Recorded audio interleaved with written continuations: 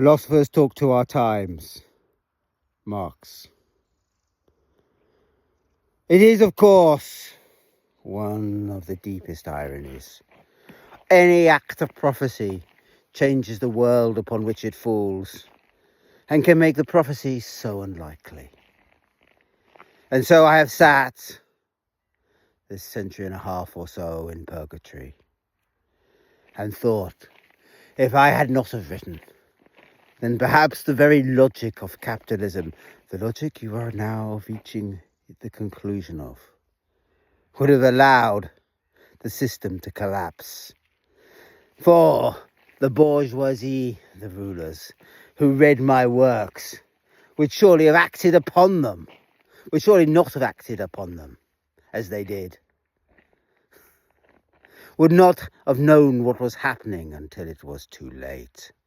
But as it was, they were prepared to sacrifice the world in imperial ventures, in murderous wars, in creating at last a capitalist charabang that moves around the world like a plague of locusts, going to the cheapest labour, employing children as they can.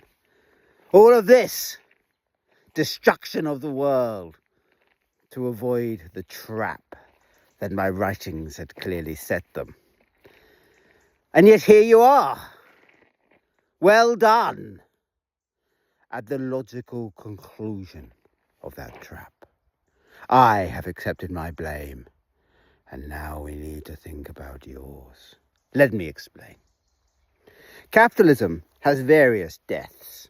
When it runs out of people to sell, it should die, but it has historically been good at inventing new people to sell to.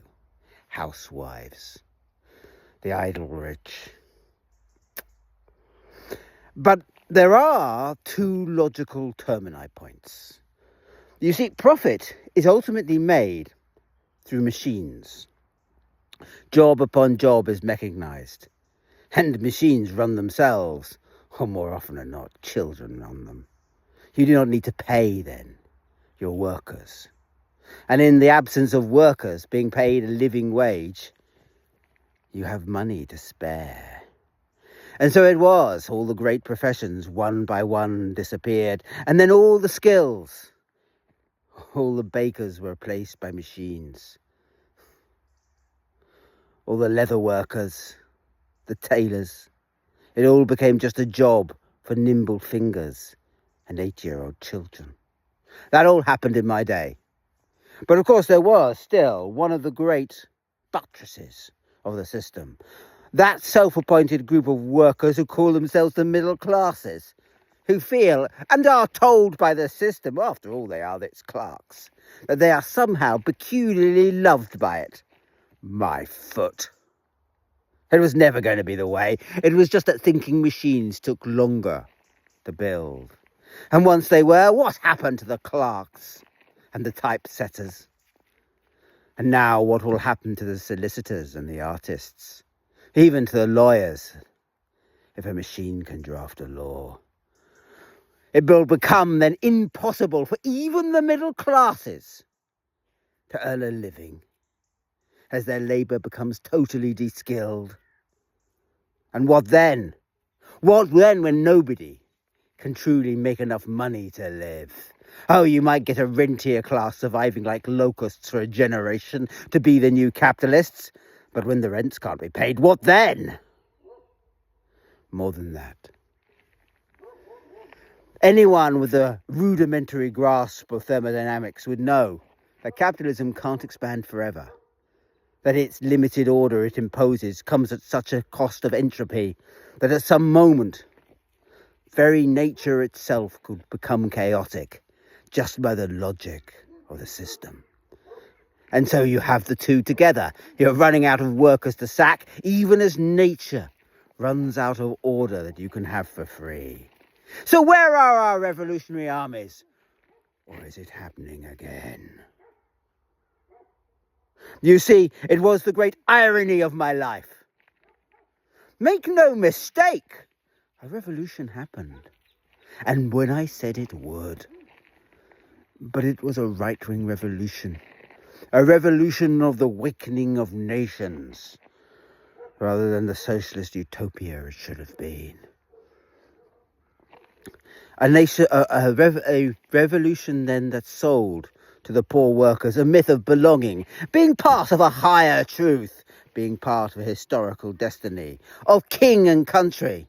And then that was prepared to open up empires or launch its people into destructive, murderous world wars in order to imprint its power, in order to give it a wiggle room against the forces that would sooner or later destroy them. I mean capitalism. And so, in the face of the pain, people were done with the opiate of religion, but took rather the barbiturate of nation states that hyped them up, that reared them up to war. And now again, rampant capitalism, don't bother calling it any other name. Don't besmirch the name of liberalism. It is just rampant capitalism. Streaks across your world. Once again, those that are poorest, most desperate, just feel the need to belong. They are so vulnerable, don't you see? I freely confess that I, child of the Enlightenment, assumed the fresh press would remain free and not bought by millionaires, or at least if it was bought by millionaires, that their words would not have pungent power, appealing as they do to the world before the Enlightenment. I thought then that people would be reasonable. I forgot that fear and desperation breed hatred, as old Spinoza knew.